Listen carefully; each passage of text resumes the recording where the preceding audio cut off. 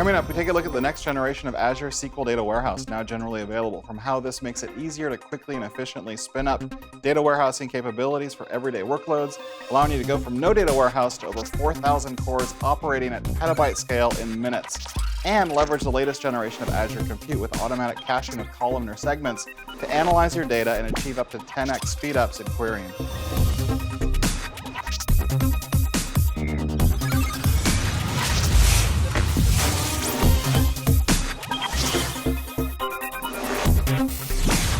I'm joined today by John McIntyre from the Azure Data Engineering team. Welcome. Hey, it's great to be here. So we've had Azure SQL Data Warehouse for a while, but let's take a step back and explain really the point of data warehousing and how it differs from your day-to-day databases. Yeah, data warehousing is really about bringing massive amounts of data from diverse sources into one definitive, trusted source for analytics and reporting that is accessible across an organization. And there are a couple trends around data warehouse that make it increasingly important today. The first is that data sources are becoming more diverse. So we have more and more data coming in from different places. The second is that data is more critical than ever to every aspect of the business. So you have more data and more need to reason over that data. As a result, we find that people need a definitive source of truth for trusted, curated data that an organization can use to gain insights and make decisions. The data warehouse serves that role. It gives you a scalable SQL database that is optimized for analytics, enforces structure, data quality, compliance, and offers security for your most valued data. But historically, data warehouses have required large investments to set up and operate. And these data warehouses have only been accessible to those that are willing to make that investment and able to make that investment.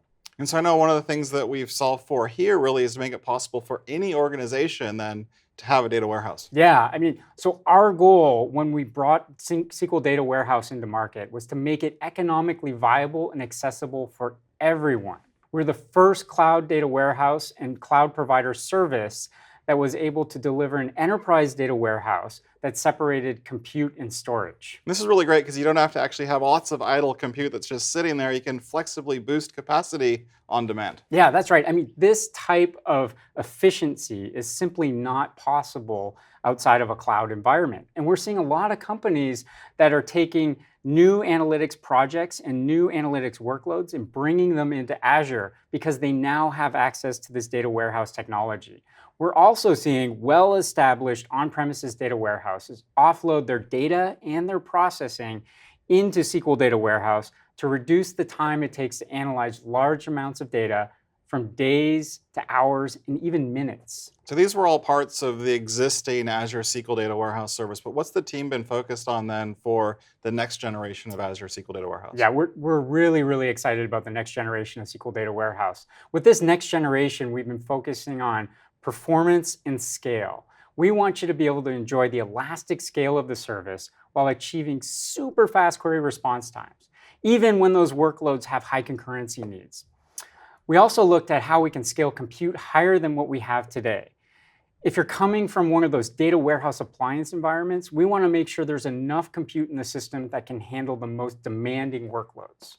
So where would some of the specific areas be in terms of focusing on the performance and improving that and the scale itself? Were there some bottlenecks maybe in networking speeds or bus speeds that you had to correct for? Yeah, the network can certainly be a bottleneck. And if you're scanning, filtering, and aggregating hundreds of terabytes of data, and you're doing this with complex queries, that can cause a lot of data to be processed and moved, especially if that data is repeatedly accessed. It places a lot of pressure on your network, which can slow down querying and batch processing. Okay, so what did you and the team do then to get past all of that? We ended up doing two main things. With Gen 2, we introduced an Ssd Based Caching layer to the service.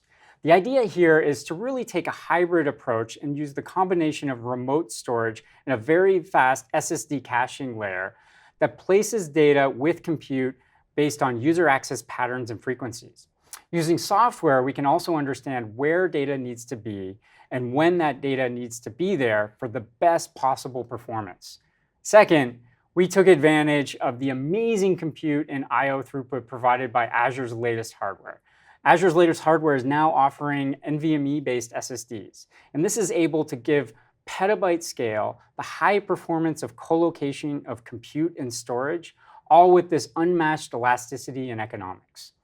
So if you were to compare to the first generation of SQL Data Warehouse, you can now scale dramatically higher. We have 5 times the amount of compute available that we did in generation 1.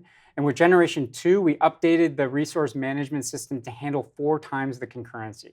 This is huge. If you have a very complex, very demanding SQL analytics workload that you want to bring to the cloud, Gen 2 is for you. So then what's a practical example where we can apply this technology to a real-world scenario? Yeah, any scenario where you have to reason over large quantities of data with complex queries is a really good use case for data warehousing.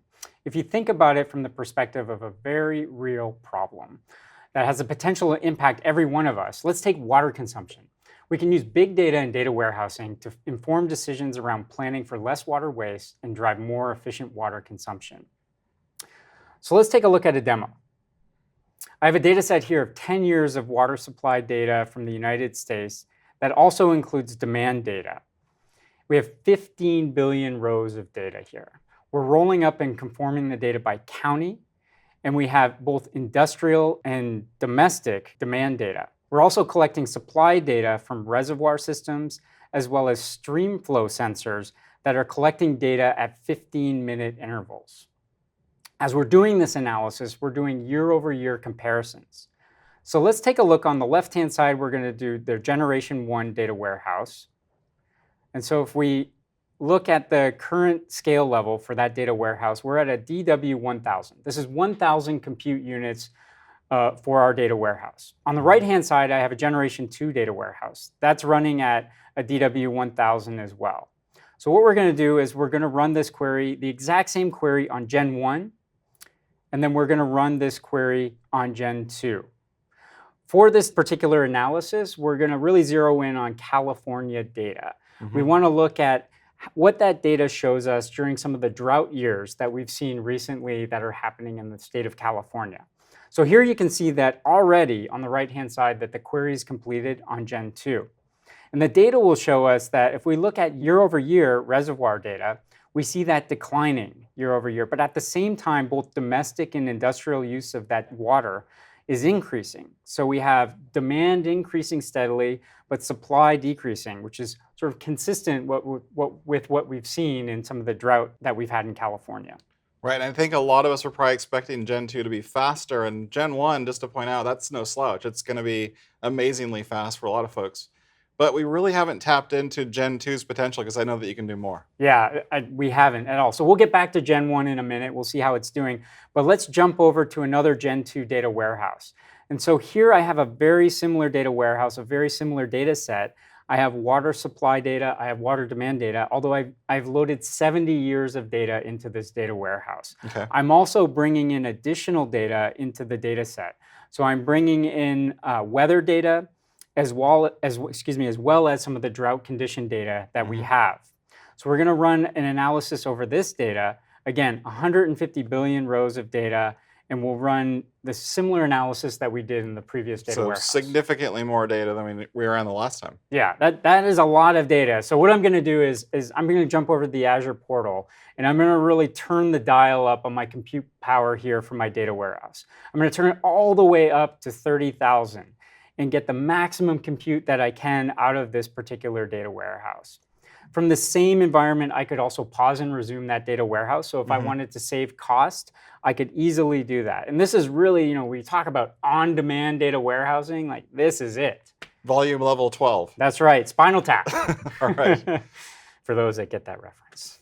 Yes. So why don't we switch back then to the actual query itself and run that and see what it does with this much performance behind it. Yeah, for sure. Let's go back to SQL Server Management Studio. So here we have that data warehouse. We have 150 billion rows of data, and we're going to check the DWU setting that was at 30,000. So we kick off the query. We're going to run that query against that data warehouse. But while we're doing that, let's go back. Let's check out Gen 1. Let's see if Gen 1 had finished that analysis on the California data set. Okay. So we jump back and we see here the Gen 1, which was on the left-hand side, has completed the analysis. And that was done in just over a minute, which is not bad. Still pretty good, 15 billion rows. 15 billion rows of data. We performed the same query on Gen 1, but you can clearly see the performance advantages that we're getting out of Gen 2. Same scale factor, running on same data set, running our same analysis. Okay. So let's go back and let's look at our Gen 2 that's in this data warehouse. Again, 150 billion rows. And remember, we added additional data sets to this particular data warehouse. Looks like it finished. And the query's done already. We see precipitation data start to show up. We see reservoir supply data showing up. We see year-over-year trends. And so that analysis is complete already. So in spite of all the additional volume and the complexity, adding drought data and weather data, these are speedups due to the auto-caching and how we can really attach and scale compute. But I know that speed is one aspect in terms of performance, but what does this actually give us the power to do? Yeah, I think you're right. I mean, I think we're really only starting to scratch the surface on the insights that we can gain from some of this data. And if we think about more of a global problem around clean water supply globally, we know that hundreds of millions of people don't have access to clean water. Even though 70% of the world is covered with water, only 2.5% of that is fresh water. So that's coming from lakes, that's coming from glaciers, rivers, groundwater, ice, snow. And that's some of the data that we were bringing in. We were bringing in some of that precipitation data. We were bringing in some of that reservoir data. So let's go back to our California data and let's see what we can find from that data. We can use Power BI to visualize that data. This allows us to directly explore the data. So we can look from year to year and see how the data changes. We look at maximum temperature ranges. We look at minimum temperature ranges. On the left-hand side here, we have our temperature data. On the right-hand side, we have precipitation data. So let's drill into, again, we're really drilling into our California data here.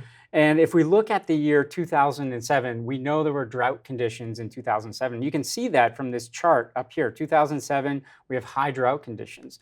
So let's see what the data tells us from 2007. I think the interesting thing here is we can see in Southern California, this area has very low precipitation. And for those that know what was happening in Southern California in 2007, I don't know if you remember, but there were wildfires everywhere. I mean, this was a very, very bad year for the state of California. In fact, a state of emergency was declared. So we think about what could we do with this data? And we know California is entering another period of drought. So as we think about those drought conditions coming, how can we get water supply where we need it, either for clean water supply or for addressing some of these issues? And these are things that we're using reservoirs, so the fill rates and kind of depletion rates of water, things that might happen over many years in some cases. You've got urban planning, desalination, various other techniques that you can do to address it. So really cool examples in terms of how we might leverage big data and Azure Compute and storage analytics and all the things that we're doing here with the next generation of the Azure SQL Data Warehouse. But do you need to move then your data, like we see in this case, the public data sources here, but do you need to move as an on-prem, maybe data service, my data up into Azure to take advantage of this? Yeah, if you're already running applications in the cloud or building IoT systems that are more cloud native, it's just a matter of loading that data into Azure SQL Data Warehouse. Azure SQL Data Warehouse natively integrates with our storage systems and our big data services to efficiently move and load large volumes of data. Azure Data Factory is our serverless data integration and orchestration service that makes it super simple to set up restartable pipelines and do data transformations. With Data Factory, you don't have to move your apps or source systems to the cloud. You can easily set up the gateway and move data from on-premises sources to your SQL Data Warehouse. So really powerful tools, but where would you recommend people get started today? The next generation of Azure SQL Data Warehouse is available today. You can try it for yourself and learn more from the link shown. So really great stuff, great seeing this all being brought together. And of course, you can keep checking out all of the updates across the data platform at Microsoft Mechanics and the latest updates across the company. That's all the time we have for this show. Thanks for watching. We'll see you next time.